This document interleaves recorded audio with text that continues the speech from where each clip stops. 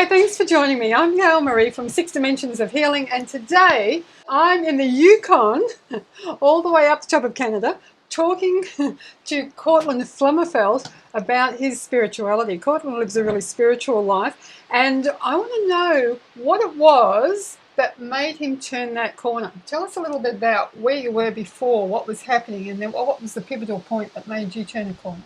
Well, I kind of grew up atheist, and when I kind of just didn't like that option. I mean, I was introduced to some Christianity when I was a kid a little bit, but I knew that I kind of resisted that a lot. Didn't appeal to me, and maybe I think it was in my 30s I didn't like the options. I didn't like full religion, and I didn't like the option of when you pass over, it's just like a light switch and that's it. You're dead. There's nothing. I didn't like that option. I didn't really believe that option either. So then I did hear about mediums, and it always appealed to me. So I first got into it by reading. I came across this medium, James Van Prague, and began reading his books, and I fell in love with his books, and that's where my spiritual journey started. And then it really started when on my first cruise in Australia, the South Pacific cruise, where I accidentally came upon Esther Hicks, or known as Abraham.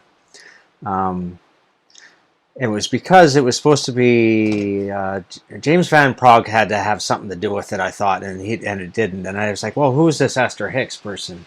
So I was like, well, let's just go with it, right? Let's just see how this goes. And so we kind of went into it blind, and fell in love with that workshop on the cruise, and our journey just took off from there. So how did you go with the whole channeling thing? I mean, Esther stands up on stage and she leaves and Abraham comes in, and it's like, did you sort of think, well, what the hell's happening here? Yeah, I didn't really understand what was going on, but I knew, like, I had some spiritual knowledge from James Van Prague, and it just kind of, well, let's just go with this. This just makes sense. This is logical. Yeah. And yeah, I felt that it really resonated. And not only that, but I kind of felt the energy and all the people. It was just a warm, loving energy on the ship. Yeah. And so it was very easy to absorb. So how did that then transform your life? Did you bring that into your everyday life? Yeah, one of the biggest examples I have is in my relationship, where after I got back from the cruise, and as everybody does, they have their first an argument with their spouse, and instead of getting defensive like I normally would, because I'm always right, of course, right? So instead of getting defensive, I just said, well, you're allowed to feel that way. And it just completely, what's the word I'm looking for? Diffused the situation. And it just made our relationship better, knowing that we're not responsible for each other's happiness. Yeah, and where a lot of couples do. They think, you need to act a certain way for me to be happy. Or if that's the case, then you can never be happy. Or it's reliant on your spouse acting in a certain way. Yeah, that's right? Something I remember clearly from Abraham, when they said that we would really like you to write your vows saying, I'm responsible for my happiness, and I don't hold you responsible for that. Yeah. And that is your wedding vows. And that made a difference in my life too. Yeah. Actually, I think I heard it once said like this from Abraham. I really like you. Let's be together for as long as it feels good. And if your wedding vows were that, it would take that heaviness away from a normal marriage. Like when you start off and you're like, you will be with me until death till you part, through sickness and everything. Instead, now it makes it sound a little bit too light, like as though you're going to have a bad day and give up on it. No, it's not what that means. It just means, doesn't that sound it just means don't put the heaviness on it. And to be honest, if it doesn't work out, it's not the end of the world. Like just be together for as long as it feels good. And if you have that kind of attitude towards it, it's pretty hard to have too many bad days. Now, somebody would think that that was a bit of a cop-out, thinking, well, I'm Yeah. not really committing to this person. How do you see that? It shouldn't feel like effort, that much effort. It shouldn't. Like it shouldn't. If it shouldn't feel heavy. It should just feel light. Like, and you can't get to that place, then maybe it's not meant to be, kind of thing. Yeah. But it is an easy place to get to once you learn. Yeah. And of course, like you said, you know, once if it doesn't feel good, maybe you're not meant to be together. And I think people have a hard time letting go. People will things stick that no longer are around. People will stick together like as if there's a huge failure if if they're meant to part. And some people aren't meant to go their whole lives together. Like many people have had failed relationships, or I don't even like to call them failed because they're not failed because you learn a lot. Yeah.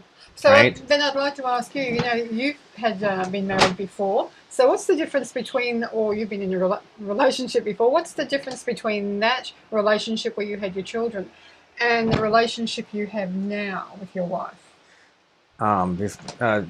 Earlier it was more like reacting to life and just grasping and I had a lot of what's the word, uneasiness and struggle, right, in my early, not even in my relationship, and just in my early part of my life, right up till late 20s, really. Life was a struggle, and the relationship didn't help, right? So, but I actually feel that I was meant to go through that with her, though, right? Like I learned a lot from it, and it made me ready for my next one. Yeah, and now you have this relationship, you can do it differently. Yeah. Yeah.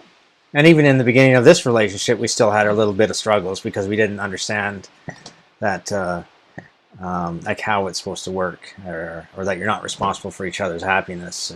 So even at the beginning, in our first few years with my present wife, we just still had our struggles, right? So when you say I'm not responsible for her happiness, does that mean I don't care? No, it definitely doesn't mean you don't care. It just means I care about my own happiness more, to be honest. It doesn't mean I don't care about yours, but if I'm not happy, I can't. If I don't love myself, I can't love you. Right? Yeah. Well said. Yeah. So you've been to James Van Prague as well. So how did that expand who you are? Because I mean that's a lot of mediumship and going into. Well, you can't believe in that's the end anymore, like you used to believe as an. Well, actually, I forgot to mention. I forgot to mention that on that South Pacific cruise, when I got back to Sydney, Australia, Sue and I went to an actual medium, and a well-known medium in Australia, and that was the confirming part. Actually, like that was the yes, it's real, because my father, who had passed away in 2009, showed up and. A person knows if something's real or not when they confirm things. And that was the confirming point. Yes, it wasn't just reading his books. It was a lot of that, but then it was the confirmation of actually getting your own reading from a medium, and so that's what did it for me. Yeah. So they gave you pointers as to, made you convinced that was your father coming through? Yes, yeah. It was, and anybody... I think that everybody needs to go through that and have something like that. But you have to do your research, and you have to find a good one. Like, because there's a lot out there. There's a lot of psychics. There's a lot of mediums. And I believe 90% of them are real, but just some are better than others. Yeah.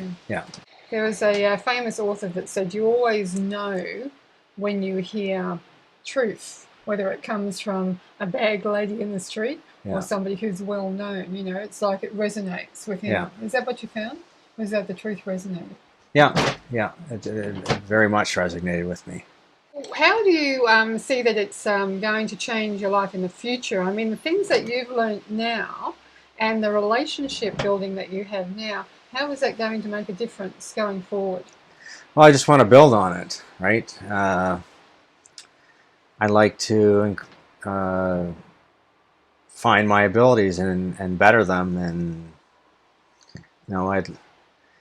like your journey's never finished. It's just an ongoing thing. You're never at. It's not like oh, I'm done. I'm done my spiritual journey. No, it's constantly. You're constantly still learning. You're constantly trying to better yourself. You're constantly trying to be a better version of yourself. Like that's one thing I learned is some days you're not your best version, and you just try every day to be your best version of yourself and build on it. Thanks for joining us here. This isn't fun with flags. Oh. Thanks for joining us Flip for the spiritual mirror. We're here in the Yukon. If you can hear the wind, it's windy here in the Yukon today. Thanks for joining us.